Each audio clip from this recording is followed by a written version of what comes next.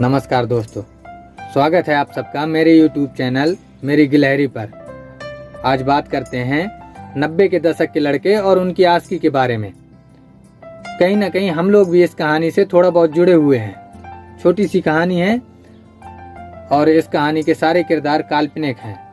अगर आप लोगों को पसंद आए तो कमेंट करके ज़रूर बताइएगा और हाँ, लाइक और सब्सक्राइब करना मत भूलिए। तो चलिए शुरू करते हैं। 90 के दशक के लड़के और उनकी आशिकी। तुझे अपना बनाने की कसम खाई है से लेकर तू प्यार है किसी और का, तुझे चाहता कोई और है तक का सफर ही हर मिडिल क्लास लड़के का प्रेम का सफर है। उसके बाद तो हमारे खुद की लंका दहन के लग जाते हैं।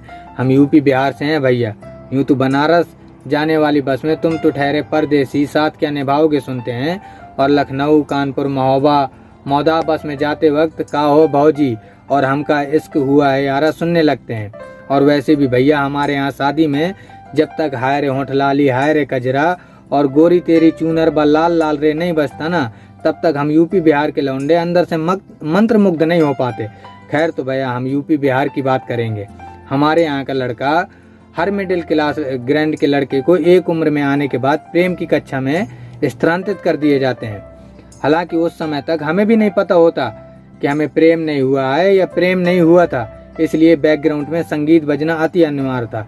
जब पहली बार अपनी कलावती को नीला सूट में देखे थे ना, तो हमारे मन ने अपने मन से ही नीले सूट को पीले सूट का मान लिया था और दिल से एक मधुर संगीत में गाना बजने लगा, वो पीले दुपट्टे वाली जरा नाम तो बता।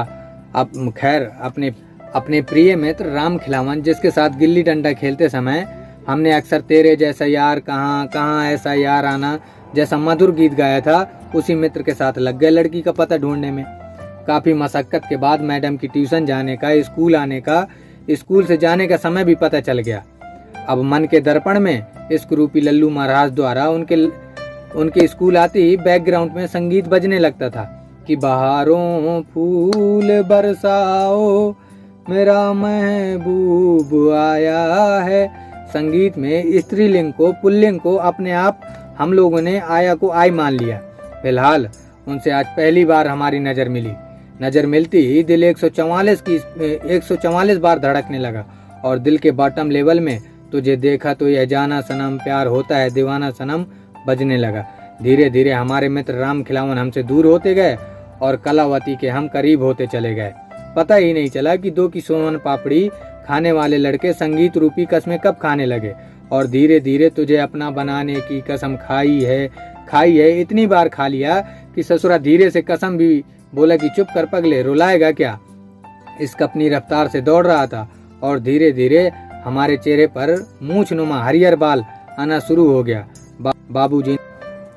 बाबूजी ने हमारा एडमिशन शहर में करा दिया। आखिरकार अपने गांव को छोड़कर पढ़ाई के नाम पर अब दूर जाना था। हम तो साला ट्रेन में बैठे थे, लेकिन ट्रेन की आवाज में भी हमें संगीत सुनाई दे रहा था। हमें लग रहा था कि हमारी कलावती हमारे सामने बैठी है और सुन पा रही है कि हम कह रहे हैं कि मैं वापस आऊंगा अपने खेतों में अपने खलियानों में। लेकिन वहां जाने के बाद पहला कदम कॉलेज में रखने के साथ ही जब देखा कि लड़कियां हाफ पैंट भी पहनती हैं, जीन्स भी पहनती हैं, तो बैकग्राउंड में अपने आप गाना बजने लगा। कोई कहता रहे कितना भी हमको दीवाना, लोगों के कदमों में है जमाना। फिलहाल नए दोस्त बने, कलावती थी, सब कुछ था। अब जिंदगी बड़े आराम से चल रही थी कि देखते देखते ही 4 साल पूरे हो गए।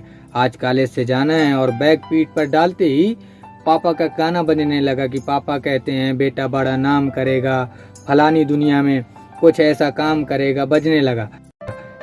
हम तो बस खुश थे कि हम अपनी कलावती से 3 साल बाद मिलने वाले थे।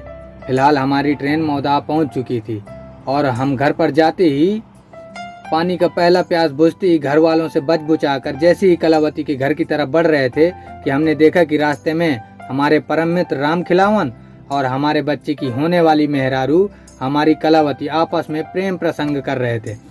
अब लड़का अपने आप को ऐसा जगह खड़ा महसूस करता है कि उसके दाएं कान में गाना बजता है, दोस्त दोस्त ना रहा, प्यार प्यार ना रहा। बाएं कान में गाना बजता है, तू प्यार है किसी और का तुझे चाहता कोई और है।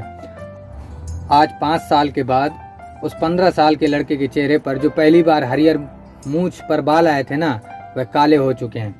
उसमें से कुछ तो बाल सफ़ेद भी हो चुके हैं। फिलहाल वह लड़का अब गाना नहीं सुनता। अगर कभी कभार दारू पीने के बाद उसे गाने सुनने का मन करे ना, तो वह पीयूष मिश्रा जी की एक बगल में चांद होगा, एक बगल में रोटियां, या फिर दिल टूट गया रिपीट मोड पर लगाकर पूरी रात बैठकर दारू पीता है। लेकिन वह लड़का मात्र साल में 2 या 4 बार ही ऐसा करता है। वह लड़का आजकल पिक्चर भी नहीं देखता, उस हकले शाहरुख खान की तो बिल्कुल भी नहीं। और आजकल वो लड़का वेब सीरीज देख रहा है और मिर्जापुर 2 आने का इंतजार कर रहा है, जिसकी कलावती उसके परम मित्र राम खिलावन के साथ चली गई। तो कैसी लगी आप लोगों को ये कहानी? और आगे भी इसी तरह की वीडियो देखने के लिए मेरे चैनल को लाइक और सब्सक्राइब जरूर कीजिए। चलिए चलते हैं। जय हिंद, जय भारत।